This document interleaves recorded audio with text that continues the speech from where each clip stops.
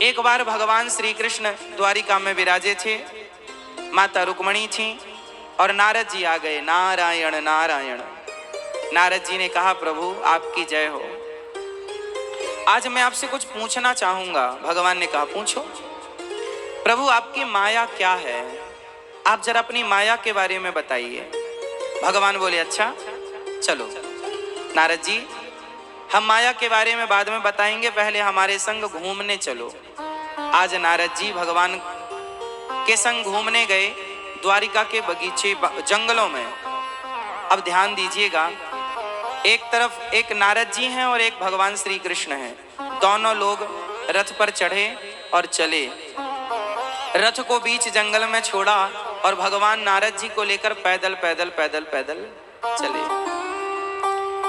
बहुत ध्यान से सुनिएगा, भी कुछ सवाल पूछूंगा आपसे। पहले मैं कहानियां सुनाता हूं, पहले मैं चर्चा सुनाऊंगा, फिर मैं आपसे सवाल पूछूंगा। आप उत्तर तभी दे पाएंगे जब ध्यान पूर्वक सुनेंगे। नारद जी और भगवान श्री कृष्ण जंगल में प्रवेश कर गए, दोनों पैदल पैदल। भगवान श्री कृष्ण को बहुत प्यास लगी तो भगवान ने नारद जी से कहा, नारद जी हमें बड़ी प्यास लगी है, कुछ पानी का बंदोबस्त कीजिए, पानी पिलाइए। नारद जी बोले, प्रभु आप इसी पेड़ की छांव में विराजिए, हम अभी पानी लेकर आते हैं। भगवान उसी पेड़ की छांव में बैठे हैं और नारद जी पानी लेने गए। पानी लेने गए, दूर दूर तक पानी कहीं मिला नहीं। एक छोटा सा गांव उस जंगल के बीचों बीच नारद जी को दिखा। नारद जी को लगा, वाह जरूर यहाँ पर पानी मिलेगा। तो उस गांव में पहुंचे तो वहां एक सुंदर सी स्त्री कुएं से पानी भर रही थी। नारद जी ने कहा, देवी थोड़ा सा जल हमें भी पिलाओ। उस कन्या ने नारद जी को देखा और नारद जी ने उस कन्या को देखा। दोनों की आंखें मिली और दोनों में प्रेम हो गया। अब देखो, नारद जी साधु हैं और नारद जी को एक पनिहारन से प्यार हो जाता है। पानी उस महिला ने नारद जी को पिलाया और नारद जी ने पूछा, देवी आप कौन हैं? उस स्त्री ने बोला कि मैं यहाँ के राजा की बेटी हूँ। नारद जी बोले, वाह हम तुमसे विवाह करना चाहते हैं। अच्छा, नारद जी का भी मन हुआ कि चलो हम भी गृहस्थी बसाएं। नारद जी ने उस पानी भरने वाली स्त्री, जो बहुत सारी सखियों के साथ थी पर सभी सखियों में वो अत्यधिक सुंदर थी, नारद जी को मोह गई और नारद जी ने कहा कि हम आपसे विवाह करना चाहते हैं। उस कन्या ने कहा, ठीक है, हमारे पिताजी से आप पूछ लीजिए, वो तैयार हैं तो मैं भी तैयार हूँ। अब नारद जी गए और लड़की के पिता से प्रस्ताव रखा कि आपकी बेटी हमें बहुत पसंद है, हम विवाह करना चाहते हैं। अच्छा, लड़की का पिता भी सोचा कि ऐसा लड़का कहाँ मिलेगा, नारद जी। अब नारद जी से अच्छा कौन होगा, तो नारद जी से उन्होंने विवाह कर दिया। विवाह हुआ। अब नारद जी रहने लगे आनंद से गृहस्थी में। अच्छा, नारद जी आए थे पानी लेने, नारद जी आए थे भगवान के लिए पानी लेने, पर वो भूल गए पानी वानी भगवान को और गृहस्थी में चले गए। कुछ दिनों बाद, कुछ वर्षों बाद नारद जी के यहाँ उनकी पत्नी गर्भवती हुई और उनकी एक सुंदर सी बेटी हुई। दोबारा उनकी पत्नी कुछ वर्षों बाद गर्भवती हुई और उनके सुंदर सा बेटा हुआ। बेटी और बेटा। अब नारद जी गृहस्थ का आनंद ले रहे हैं, तभी क्या हुआ, जो नारद जी के ससुर थे उनकी मृत्यु हो गई। अच्छा, नारद जी के ससुर के कोई बेटा नहीं था, एक बेटी थी और बेटी भी नारद जी को ब्याही गई। तो अब उस राज्य के राजा कौन बने, तो नारद जी को राजा बनाया गया। अब नारद जी राजा बन गए और राजगद्दी पर बैठकर उनकी एक बेटी एक बेटा और सुंदर सी पत्नी, बड़े आनंद से वो रहने लग गए। राजगद्दी पर बैठे हैं राजा और प्रेम से राज सत्ता चलाने लग गए। तभी एक दूसरे राजा ने अटैक कर दिया नारद जी के राज्य पर, और नारद जी को युद्ध का कोई अनुभव तो था नहीं, क्योंकि वो तो संत आदमी थे और संत लड़ना भिड़ना क्या जाने। नारद जी बेचारे उस युद्ध में हार गए और हारे ऐसे कि नारद जी भागे और भागे तो पत्नी और बच्चों को लेकर भागे। पत्नी और बच्चों को लेकर भागे। भागते भागते भागते भागते उन्हें खूब प्यास लगी, खूब भूख लगी, पर कोई खाना नहीं, कोई पानी नहीं। बेचारे परेशान हो गए। नदी के उस पार कोई गांव दिखाई पड़ा नारद जी को। तो नारद जी सोचे चलो उस गांव में चलते हैं। छोटे छोटे बच्चे नारद जी के बेचारे तड़पने लगे। बहुत भूख लगी है, पानी दे दो। प्यास लगी है, चलो नदी का पानी तो मिल गया, प्यास तो बुझ गई, पर भूख लगी है। अब छोटे छोटे बच्चों को नारद जी कैसे समझाएं कि खाने में कुछ नहीं है वर्तमान में। बेचारे नारद जी बच्चों की तड़प देख रहे हैं। बच्चे तड़प रहे हैं, भूख से छटपटा रहे हैं। बेटी बेटा छोटे ही तो हैं। ये दोनों पति पत्नी, नारद जी और नारद जी की पत्नी, इन्होंने एक नाव तैयार की, लकड़ी की जुगाड़ बनाया। कोई नाव, नदी के उस पार जाना है, वहां गांव दिखाई पड़ रहा है, शायद कुछ खाने को मिल जाए। तो एक नाव बनाई और नारद जी ने अपनी बेटी और बेटा और पत्नी को बिठाया और नाव चली। दुर्भाग्य देखिए कि नाव जब बीच में पहुंची नदी के, तो नाव डूब गई। और नाव डूबी तो नारद जी की पत्नी और बच्चे तीनों डूब गए।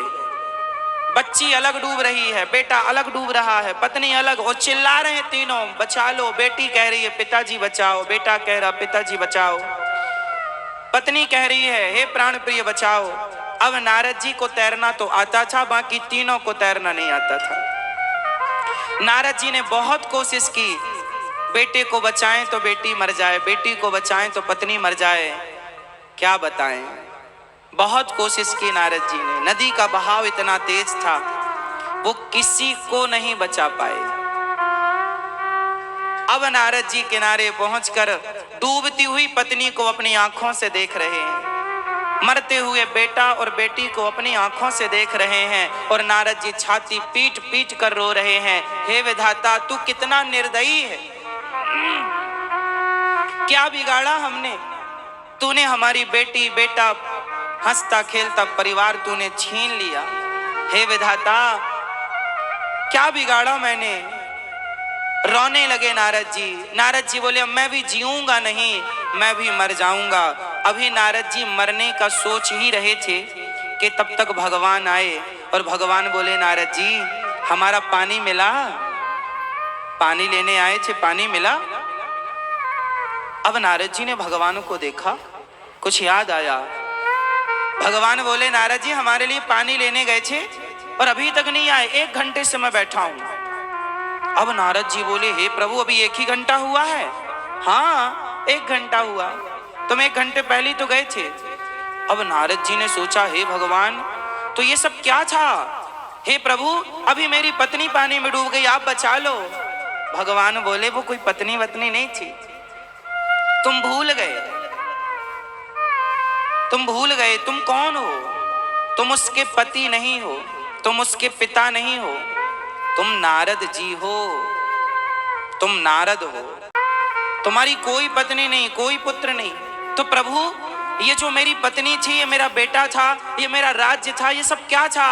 भगवान ने मुस्कुरा कर कहा यही तो माया है, यही तो। थोड़ी देर पहले नारद जी भगवान के भक्त हैं, नारद जी तो नारद जी, लेकिन थोड़ी देर में ही वो किसी के पिता बन गए, किसी के पति बन गए, और उस पति और पिता बन करके वो रोने लग गए। यही हमारे साथ होता है। जब आप अपनी मां के पेट में थे तो बताओ आप किसके पुत्र थे और किसके पति थे और किसके पिता थे, बताओ आप सब। जब आप अपनी मां के पेट में, अच्छा मां के पेट से पहले जब आप अपनी मां के पेट में आए तो कहीं थे तब ना आए, कहीं होते ही नहीं तो आते कहां से। आप रायपुर में थे इसलिए तो कथा में आए, रायपुर में होते ही नहीं तो कथा में कैसे आते। तो आप सब लोगों से मेरा सवाल, आप जब अपनी मां के पेट में आए तो मां के पेट में आने से पहले आप सब कहां थे। फास्ट उत्तर दो, उत्तर दो, कहां थे आप लोग, थे या नहीं थे। यदि नहीं थे तो फिर आ कहां से गए, मतलब थे तब ना आए। तो आप अपनी माँ के पेट में आने से पहले ना तो आप किसी के पुत्र थे, ना किसी के पिता थे, ना किसी की पत्नी थी और ना किसी के पति थे। जब आए, जन्म हुआ, तो फिर धीरे धीरे आप जुड़ते चले गए, कहते चले गए, ये मेरा, ये मेरी माँ, ये मेरा पिता, ये मेरे भाई, ये मेरी बहन, ये मेरी पत्नी, ये मेरा पति, मेरा पुत्र, मेरी पुत्री। धीरे धीरे जैसे नारद जी थे तो भगवान के भक्त, लेकिन वो मोह में पड़ गए कि स्त्री के, शादी कर ली, फिर बच्चे हुए और उन्हीं में रोने लग गए। अच्छा ये बताओ, नारद जी भगवान के पास हैं, कोई दुख है? बताओ, कोई दुख नहीं। लेकिन जैसे ही वो संसार में उलझे पत्नी पुत्र में, वो दुखी हो गए कि नहीं? बस यही है, संसार में रहना बुरा नहीं है, संसार में उलझ जाना बुरा है। यही माया है। वो पत्नी के लिए रो रहे हैं नारद जी। क्या वो पत्नी नारद जी की थी? क्या वो बेटा नारद जी का था? अरे जो आपका है नहीं, वो आपको अपना सा लगे, यही तो माया है। रस्सी में सांप है नहीं, पर रस्सी में सांप की भ्रांति होती है। रस्सी में आपको क्या दिखाई पड़ता है? कई बार रस्सी में क्या दिखता है? कई बार सांप। क्या सांप है? सांप नहीं है, पर दिखा। सांप है नहीं, पर दिखा, यही माया है। संसार में अपना कोई है नहीं, पर अपना सा लगा, यही तो माया है। क्यों लगा? माया के कारण। रस्सी में सांप क्यों दिखा? अंधकार के कारण। अंधकार था, अंधेरा था, आपने रस्सी को सांप समझ लिया। यदि आपके हाथ में प्रकाश होता, टॉर्च होती, तो क्या रस्सी को आप सांप समझते? बोलो। अंधेरे में रस्सी को आपने सांप समझा। उसी प्रकार माया के अंधकार से आप संसार को सत्य समझ लेते हैं, जबकि ये झूठा है। यही माया है। क्यों हम सत्य मान बैठे हैं? माया है। पत्नी हमारी है नहीं, हम मानते हैं। बेटा हम, अच्छा ये बताओ, आपका बेटा आपका ही है? आप कंफर्म करा सकते हैं मुझे?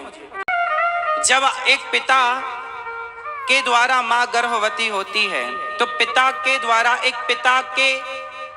द्वारा मां के गर्भ में पानी की कुछ बूंदें स्थापित हो जाती हैं। वो पानी की कुछ बूंदें पिता ने स्थापित कर दी, उसके बाद पिता का काम खत्म। वही पानी की कुछ बूंदों से मां के गर्भ में मां का रज मिलकर, उस पानी की बूंदों से वहां एक प्रोसेस स्टार्ट हो गया।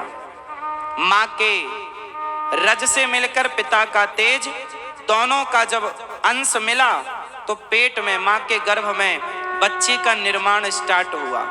पहले बच्चे का सिर बना, फिर बच्चे का हाथ और पांव बना, फिर बच्चे का स्त्री और पुरुष का चिन्ह बना, फिर बच्चों के साथ धातुएं बनी, पूरा हड्डी इत्यादि तैयार हुई, आंख तैयार हुई। अब मुझे कृपया ये बताओ कि ये तैयार कौन कर रहा है? आंख कौन लगा रहा है? आपकी माँ या आपका पिता? बोलो। माँ आंख लगा रही है, माँ हड्डियां भर रही है। कौन कर रहा है ये? ऊपर वाला, जिसे परमात्मा कहते हैं, जिसे ईश्वर कहते हैं। माँ का रोल कितना है? वो अपना खाती पीती घूमती फिरती, उसका पेट से कोई संबंध नहीं है। वो पेट में कुछ भी करने नहीं जा रही है। उसका एक छोटा सा योगदान था कि माँ ने अपना गर्भ केवल बच्चे को रहने के लिए किराए पर दे दिया। आपका केवल इतना योगदान है मेरी माँ कि आपका पेट जो है, आपका गर्भाशय जो है, उसे किराए पर लिया गया है। पिता और माँ दोनों का जल मिला और बच्चे का निर्माण पानी की बूंदों से स्टार्ट हो गया। किसने सिर लगाया? किसने आपकी हाथ लगाई? किसने आपको दिल की धड़कन दी? किसने आपकी आंखें, आपका कान, आपका सुंदर सा शरीर दिया? बताओ कौन है वो? भगवान। कौन है वो? भगवान। वो भगवान जिन्होंने आपको मां के पेट में बनाया, आप बने। 9 महीना टाइम पीरियड पूरा हुआ, आप बाहर आए। माँ की हिस्सेदारी केवल इतनी है कि वो हमें पेट में रखती है। बाप की हिस्सेदारी केवल इतनी है कि उसका तेज माँ के गर्भ तक पहुंचा। अब बताओ कितनी हिस्सेदारी है। माँ की हिस्सेदारी 2%, बाप की हिस्सेदारी 1%, टोटल 3% माँ बाप की हिस्सेदारी है। वरना 97% हिस्सेदारी आपको किसकी दिखती है? यदि भगवान ना बनाए तो माँ क्या कर लेगी? कई बार गर्भ खराब हो जाता है, सही ग्रोथ नहीं हो पाती, बच्चा नहीं बन पाता, तो फिर माँ बना ले, तू अपने से क्यों नहीं बना लेती हो? यदि तुम ही बच्चे को सब करती हो तो फिर बच्चा मिसकैरेज हो जाता है, निकल जाता है बाहर, उसका ग्रोथ नहीं हो पाता, गर्भाशय में वो पनप नहीं पाता, डेवलप नहीं हो पाता, तो आप बना लेती ना। फिर क्यों गर्भपात हो गया? क्यों बच्चा बाहर आ गया समय के पहले? तुम्हारा जोर था, तुम्हारा बस था, तो तुम बना लेती ना। इसका अर्थ है कि तुम्हारा कोई अधिकार नहीं है या ना? केवल तुम एक माध्यम हो।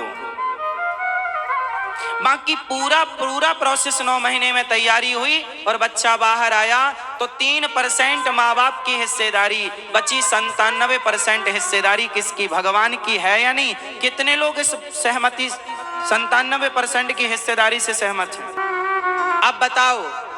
अब बताओ कि मैं अपने माँ बाप का बच्चा हूं, आप अपने माँ बाप के बच्चे हैं। अब ये बताओ एक छोटा सा प्रश्न कि आप पर आपकी माँ का या आपके बाप का या भगवान का किसका अधिकार आप पर ज्यादा है? आप पर किसका अधिकार ज्यादा है? भगवान का। यदि हम पर भगवान का अधिकार ज्यादा है तो जब भगवान हमें अपने पास बुला लेते हैं तो दुनिया वाले रोते क्यों हैं फिर? क्योंकि जिसका अधिकार था उसने भेजा और उसी ने वापस बुला लिया। यही ईश्वर का विधान है। इसलिए आना उसी की मर्जी और जाना उसी की मर्जी, हम तो निमित्त हैं। तो जो हम कहते हैं ना ये हमारा बेटा है, ना, हमारा कोई बेटा नहीं, हम तो केवल माध्यम बने। ये तो भगवान की ही संतान है, हम सब भगवान के हैं। इसलिए बच्चों पर भी ये अधिकार ना जमाओ कि ये मेरे हैं। ये कह दो कि नाथ सकल संपदा तुम्हारी। हे प्रभु ये सब आपका है, बेटी आपकी, बेटा आपका, परिवार आपका, व्यापार आपका। हे दीनानाथ हम भी तो आपके हैं। हम क्यों कहें कि ये मेरा है? मेरा क्या है? यदि किसी का बेटा अंधा है, लंगड़ा है, तो तुम ही यदि उसके पालनहार थे तो उसे लंगड़ा क्यों होने दिया तुमने? अंधा क्यों रहने दिया तुमने? ठीक कर लो उसकी आंखें। यदि तुम्हारे वश में कुछ है तो फिर कोई अंधा क्यों है? कोई लंगड़ा क्यों है? कोई बहरा क्यों है? मतलब तुम्हारे अधिकार में नहीं है ना ये चीजें? कोई है ना जो ये तय करता है कि ये लंगड़ा रहेगा कि अंधा रहेगा कि देखने वाला रहेगा? कोई है ये तय करने वाला जो ये तय करने बैठा है कि आप चल पाओगे या नहीं चल पाओगे, आप देख पाओगे या नहीं देख पाओगे? कोई है ये तय करने वाला। इसलिए जो है ये तय करने वाला वही भगवान है और उसी की हिस्सेदारी ज्यादा है। इसलिए हम ये ना कहें कि ये मेरा है, सब भगवान को सौंप दो। है सब भगवान का लेकिन अपना मान रहे हो, यही तो माया है ना मेरी माँ, यही तो माया का पर्दा है सब कुछ ईश्वर का। लेकिन अज्ञानवश हमने क्या मान लिया? मेरा। आप क्या कहती हो? ये बेटा मेरा है, ये बेटी। सपने में भी आपने नहीं सोचा, आप ताल ठोक के कहते हैं 100% मेरा बच्चा है ये। तो फिर भगवान क्या कर रहे थे?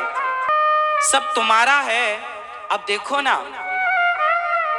सब कुछ भगवान का है, पूरा मटेरियल भगवान का है, लेकिन आपने दावा ठोक दिया कि ये मेरा है।